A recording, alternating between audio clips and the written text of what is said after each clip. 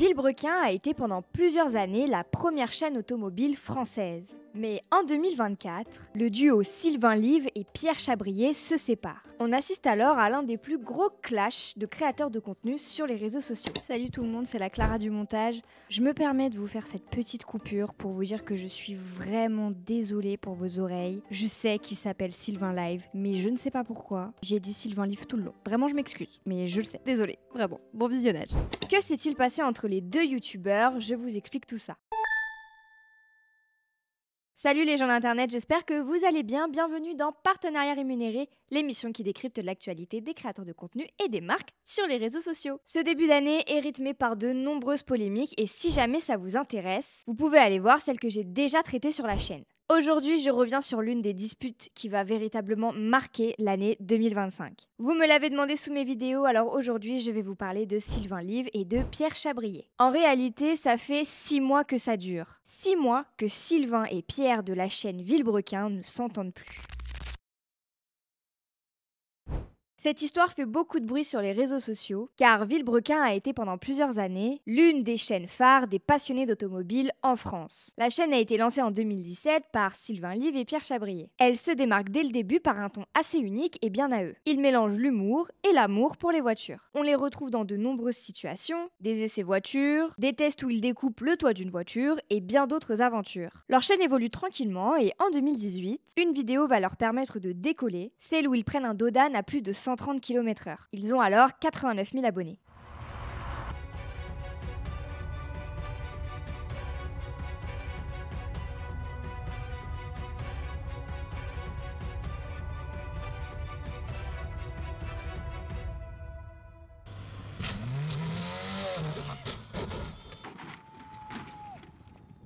Puis, un projet va tout changer, le Fiat Multipla. Fin 2019, Sylvain et Pierre achètent un Fiat Multipla pour 800 €. Ils en font une première vidéo où ils présentent le véhicule en détail. Ils finissent en tendance sur YouTube et ils atteignent le 1 million de vues. Dans les commentaires, leurs abonnés leur soumettent des idées pour le transformer et pour s'amuser avec la voiture. Villebrequin décide alors de se lancer dans le tuning pour en faire le Fiat Multipla, le plus puissant et le plus rapide au monde, avec un objectif de minimum 1000 chevaux. Sylvain et Pierre ont déjà investi plus de 30 000 €, mais ont besoin d'aide pour avancer les 50 000 € supplémentaires pour mener à bien ce travail titanesque. C'est ainsi que le duo décide d'ouvrir le 24 septembre 2020 une page KissKissBankBank pour que leur communauté participe financièrement à la transformation. Ils étaient loin de s'attendre à réunir la somme demandée, 50 000 € en moins de 2 heures. Au total, ils réunissent plus d'1 million d'euros et connaissent un vrai succès avec ce projet. Leur communauté les suit et a hâte de découvrir leurs aventures. En parallèle, leur chaîne explose et ils peuvent se lancer dans des projets toujours plus gros avec une réelle production. Le Fiat Multipla fait l'objet de plusieurs contenus et intéresse au-delà d'Internet. En 2022, le duo de youtubeurs a investi le mondial de l'auto avec un stand de 500 mètres carrés. Leur communauté, surnommée les loulous, peuvent réserver un créneau pour aller voir le véhicule. Cette même année, ils privatisent le Grand Rex pour une soirée spéciale où ils diffusent une avant-première, la vidéo où ils prennent un Dodan à 170 km/h.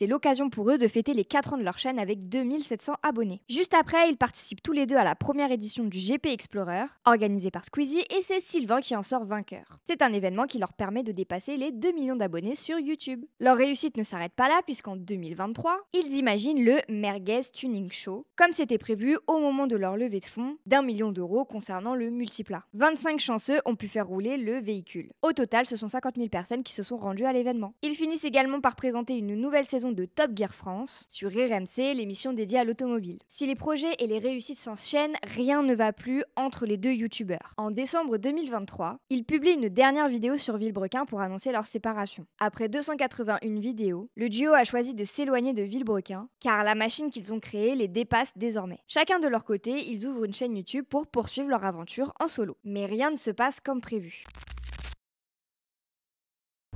Si Villebrequin se sépare, on se doute bien que c'est parce que Sylvain et Pierre ne s'entendent plus. Au lieu de le montrer, ils choisissent de rester dignes face à leur communauté. Jusqu'en août 2024. Le 15 août, Pierre publie une vidéo qui s'appelle « La vérité ». Elle fait suite à un contenu mis en ligne par Sylvain quelques jours auparavant, où il fait revivre leur projet phare, le Fiat Multipla. Le vidéaste explique alors l'avoir racheté pour continuer de faire profiter sa communauté. Mais selon Pierre, il l'a racheté sans son accord. Au-delà du Fiat Multipla, Pierre en profite pour exprimer sa colère envers Sylvain, un prénom qu'il ne peut même plus prononcer et un visage qu'il ne veut plus du tout voir, sous peine d'avoir une boule au ventre. Il explique également que Sylvain fait signer des contrats pour encourager des personnes, des amis, à ne plus travailler avec Pierre, voire à ne plus du tout lui parler. Mon associé avait demandé à ces personnes, donc des amis, de signer des contrats leur interdisant de travailler avec moi, de s'exposer sur les réseaux avec moi, et même de s'exposer avec moi sur de l'événementiel et autres.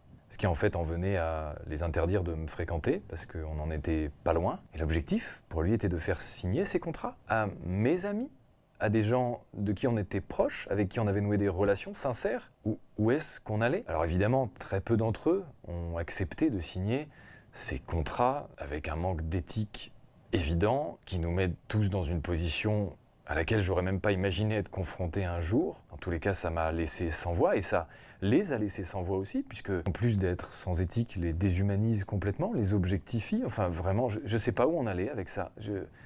Je sais pas où on allait. Il explique aussi que travailler à ses côtés était très compliqué et que si Villebrequin s'est terminé, c'est en partie à cause du comportement de Sylvain qui mettait une mauvaise ambiance au sein de l'entreprise. Alors dans sa vidéo, il y a eu plein d'autres points évoqués, mais je vous laisse directement aller regarder sa vidéo si vous voulez plus de détails. Pour aller plus loin, Pierre Chabrier a également réalisé des lives sur Twitch pour revenir un peu sur cette affaire et pour expliquer surtout à quel point il s'est fait avoir par Sylvain. De son côté, Sylvain publie un texte sur les réseaux sociaux qui a été beaucoup critiqué parce qu'il n'a pas pris la peine de répondre en vidéo. Il écrit: comme vous avez pu le voir dans la vidéo d'hier, j'ai racheté en mon nom le Multipla à la société Villebrequin. Pierre n'a pas apprécié ce geste et a fait une vidéo à charge sur le sujet. Elle comprend des accusations graves, incite au harcèlement, prend à partie des tiers qui n'ont rien à faire dans cette histoire privée. L'idée de reprendre le Multipla me vient de Pierre lui-même qui avait déjà entamé les démarches de son côté, sans m'en parler, pour le récupérer et l'exposer dans son futur local. Son objectif était d'en faire un objet statique et de l'utiliser comme outil promotionnel. J'ai agi avant lui et j'assume à 100% la volonté de vouloir le faire rouler, en faire profiter les gens et assurer la promesse faite envers la communauté, le faire vivre. Je suis fière de m'être démenée pour que les créateurs de ce véhicule puissent enfin le conduire et je déplore l'injustice de cette situation. Je n'alimenterai plus ce conflit stérile et je ne tomberai pas dans la critique envers une personne que j'aimais et que je respecte. Nous étions d'accord sur le fait de garder nos différends privés et je suis sincèrement peinée de voir Pierre utiliser cette discorde publiquement pour s'attirer une sympathie. Je n'ai reçu aucun message de la part de Pierre depuis plusieurs mois, malgré de nombreuses sollicitations. La seule communication qu'il m'a accordée à ce jour est un courrier de son avocat. Merci pour tous les soutiens reçus depuis hier, je suis désolée que vous ayez à subir cette fin pénible pour tout le monde. Je souhaite le meilleur à Pierre dans ses projets et qu'il trouvera la paix dans sa nouvelle aventure. Sylvain. Il fera pourtant un live Twitch pour partager sa position, expliquant que son équipe et son agence Bump lui avaient conseillé de rester discret. N'ayant alors qu'un seul point de vue, la communauté prend le parti de Pierre qui gagne des milliers d'abonnés, alors que Sylvain, de son côté, en perd et passe même en dessous du million d'abonnés sur YouTube. En réalité, Sylvain va mettre 6 mois à répondre à Pierre. Avec grande surprise, il publie une vidéo le 9 janvier 2025 intitulée « Pierre vous a menti et bonne année ». Ça annonce déjà la couleur. Pendant près d'une heure, il va avancer des arguments pour démontrer que ce que dit Pierre est faux. Pour ce faire, il est allé chercher tous les extraits de la vidéo de Pierre qui le dérange pour y répondre, mais avec des preuves. Et il commence surtout la vidéo en disant que Pierre a volé l'argent de Villebrequin et c'est plus de 200 000 euros. Actuellement, Pierre a volé l'argent du compte Villebrequin. Alors c'est pas une blague. Pierre, avec la complicité de l'agence bancaire LCL de Chantilly, chez qui il a 8 millions d'euros. La complicité marche vachement bien quand t'as plein de millions d'euros là-bas. Il a extrait un chèque de banque du montant total du compte, et aujourd'hui ce chèque de banque est sur son bureau. Et c'est d'autant plus grave qu'aujourd'hui, en tant que président de Villebrequin, je ne peux pas payer les 92 000 euros d'impôts qu'on doit, puisque Pierre a le chèque en otage sur son bureau. Si vous posiez la question pourquoi les miniatures du Multipla sont pas arrivées, c'est parce que je peux pas payer l'entreprise Solido qui est censée les fabriquer. Ça fait des mois que je peux pas les payer parce que Pierre a en otage le chèque. Et lui actuellement, il s'en fout. Il a l'argent des impôts, l'argent des miniatures du Multipla, et il les garde sur son bureau. Pour Sylvain, Pierre ne voulait qu'une chose, faire de l'argent avec les projets de Villebrequin. Leur dispute a notamment commencé avec le rachat de Pierre de la Volkswagen Phaeton. Fun. Dans la continuité, il aurait également aimé racheter le multiplat, toujours sans l'accord de Sylvain, pour continuer de la mettre en avant lors d'événements et aussi pour l'exposer dans la Racebox, le nouveau concept de Pierre qui est un bar-garage pour les passionnés d'automobile. C'est donc pour cette raison que Sylvain a décidé de racheter le multiplat pour la somme de 132 000 €, afin d'empêcher Pierre de faire de l'argent sur un projet communautaire. Ça peut paraître assez incroyable à croire, mais Pierre et moi dans l'entreprise avons les mêmes pouvoirs. C'est-à-dire que si Pierre décide de vendre ou de se vendre la Phaeton, il en a un droit absolu. Il n'a pas besoin de mon avis et pas besoin de mon accord, et surtout si jamais il le fait, je ne peux rien dire. Si Pierre est capable de se vendre la Phaeton et que je puisse rien y dire, rien ne l'empêche de se vendre le multiplat et que je puisse rien y dire. En fait, le fond de ce sujet, c'est que Pierre a voulu me la mettre à l'envers avec le multiplat. Alors le prix, c'est un truc que vous pouvez pas voir, parce qu'actuellement, personne ne connaît le prix auquel j'ai racheté le multiplat. Pierre, dans toutes ses communications, a argumenté que la procédure étant en cours, il était interdit de dire le prix du multiplat. On demande beaucoup le prix du multiplat que je ne peux pas pour l'instant parler puisque justement la vente est actuellement... Alors première nouvelle, légalement, t'aurais le droit de raconter plein de trucs, mais pas le prix. Ah non. Et je pense que Pierre avait très peur de parler du prix, parce qu'il avait très peur de le reprendre dans la gueule. Alors je vous le dis en toute transparence et en toute bonne foi, il n'y a absolument rien qui empêche ni lui ni moi de parler du prix. Et le prix c'est 132 000 €. C'est vachement plus avantageux de dire que c'est un doigt d'honneur, et les gens s'imagineront que c'est 1 euro. Sylvain met en avant que depuis la fin de Villebrequin, Pierre a du mal à rebondir. En tout cas, il fait beaucoup moins de vues sur YouTube. Il en va même jusqu'à créer de faux comptes pour s'auto-complimenter d'après Sylvain. En fait, le problème, c'est que comme il fait pas vraiment de vues, les gens s'en indignent pas. Et du coup, ça passe tout seul. Et ça passe même tout seul quand Pierre auto-commente ses vidéos. Alors pour votre info, ça, c'est un des comptes discrets de Pierre, commentaire dans lequel il s'auto-suce. C'est extrêmement gênant. Je vous invite à vérifier toutes les autres vidéos. À chaque fois, il y a des commentaires depuis ce compte qui vont dans son sens. Sans blague, c'est le compte de Pierre. Passons à un autre point très intéressant, celui des contrats. Rappelez-vous, dans la vidéo de Pierre, il affirme que Sylvain fait signer des contrats à leurs amis et collaborateurs pour leur interdire de travailler avec Pierre et même de lui parler.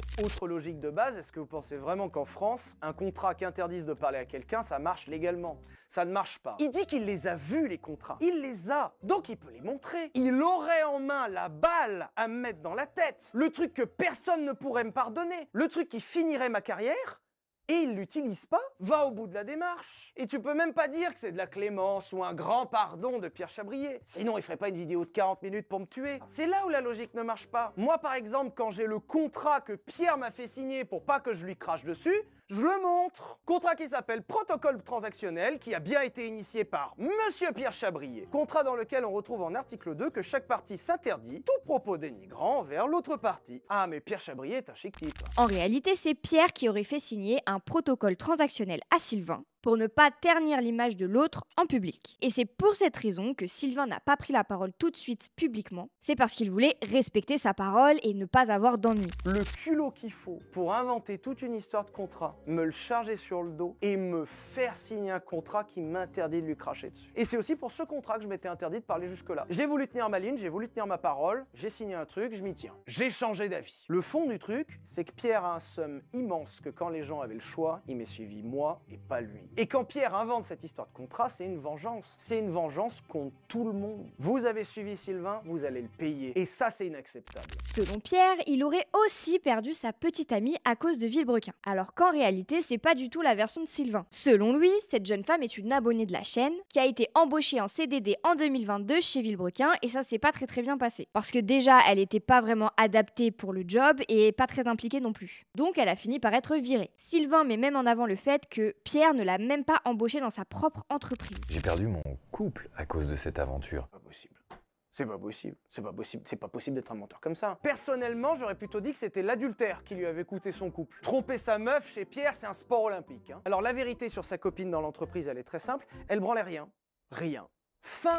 Et le plus important de cette vidéo, Sylvain explique la vraie raison de la fin de Villebrequin. Vous vous rappelez de la victoire du Sylvain lors de la première édition du GP Explorer en 2022? Pierre l'a très mal vécu. Étant donné qu'il ne voulait pas participer à cet événement, il a donc mis la misère à l'équipe et à Sylvain. La deuxième raison, c'est un peu la même que la première, c'est que Pierre a boudé pendant tout le tournage de Top Gear, avant qu'il commence à animer l'émission. Donc à ce moment-là, Sylvain en avait vraiment marre du comportement de Pierre, que ce soit auprès de lui et auprès des équipes. Et la goutte d'eau qui a fait déborder le vase, c'est Top Gear France. Sylvain ne voulait pas du tout y participer et c'est cet événement qui a enterré le duo. Ce tournage s'est très mal passé. En gros, Pierre a passé la semaine à faire la gueule. Parce qu'il avait le Q7 et que du coup, il a fait un moins bon temps que moi sur le NURB. Non, c'est aussi une des raisons pour lesquelles j'ai arrêté Villebrequin, c'est que Pierre, il a vraiment pété un boulon et à la fin, il me cassait les couilles. Pierre a vu dans Top Gear France un moyen de briller. Il y a vu un moyen de changer d'environnement, parce qu'il savait très bien que les gens sur Villebrequin étaient plutôt de mon côté et pas du sien, puisqu'il leur parle super mal accessoirement. Ça peut aider de parler bien aux gens. Et c'est pour ça qu'il l'a fait. Il voulait juste se mettre en avant. Donc en gros, quand on écoute la vidéo de Sylvain, il nous décrit un Pierre capricieux, infidèle et avide d'argent. Au final, la fin de Villebrequin, c'est la meilleure chose qui lui soit arrivée. Et surtout qu'il ne refera plus jamais de contenu avec Pierre Chabrier, c'est terminé. En moins de 24 heures, sa vidéo cumule déjà plus d'1,5 million de vues. Coucou, c'est la Clara du montage. Juste pour vous dire qu'au moment où j'ai tourné la vidéo, il y avait bien 1,5 million de vues. Et puis au moment où je suis en train de la monter, il y a 2 300 000 vues. Et c'est fort probable que quand je vais vous mettre la vidéo en ligne d'ici 1 ou 2 heures, il y ait encore des centaines de milliers de vues en plus. Voilà. Sur les réseaux sociaux, la tendance s'est inversée. Et ceux qui étaient du côté de Pierre l'été dernier ont clairement changé d'avis. À l'heure où je tourne cette vidéo, Pierre n'a pas pris la parole. De son côté, Sylvain a regagné des abonnés et il a repassé le cap du million sur YouTube. Et au moment où je vous tourne cette vidéo, Pierre en a perdu 20 000. La vidéo touche à sa fin, j'espère qu'elle vous aura plu et qu'elle vous aura permis de mieux comprendre ce qui se passe derrière toute cette histoire. En tout cas, n'hésitez pas à me dire ce que vous en avez pensé dans les commentaires, à liker cette vidéo, à vous abonner et à la partager parce que c'est ce qui nous permet de continuer à développer notre chaîne et de vous faire toujours plus de contenu. Et moi je vous dis à bientôt pour une nouvelle vidéo.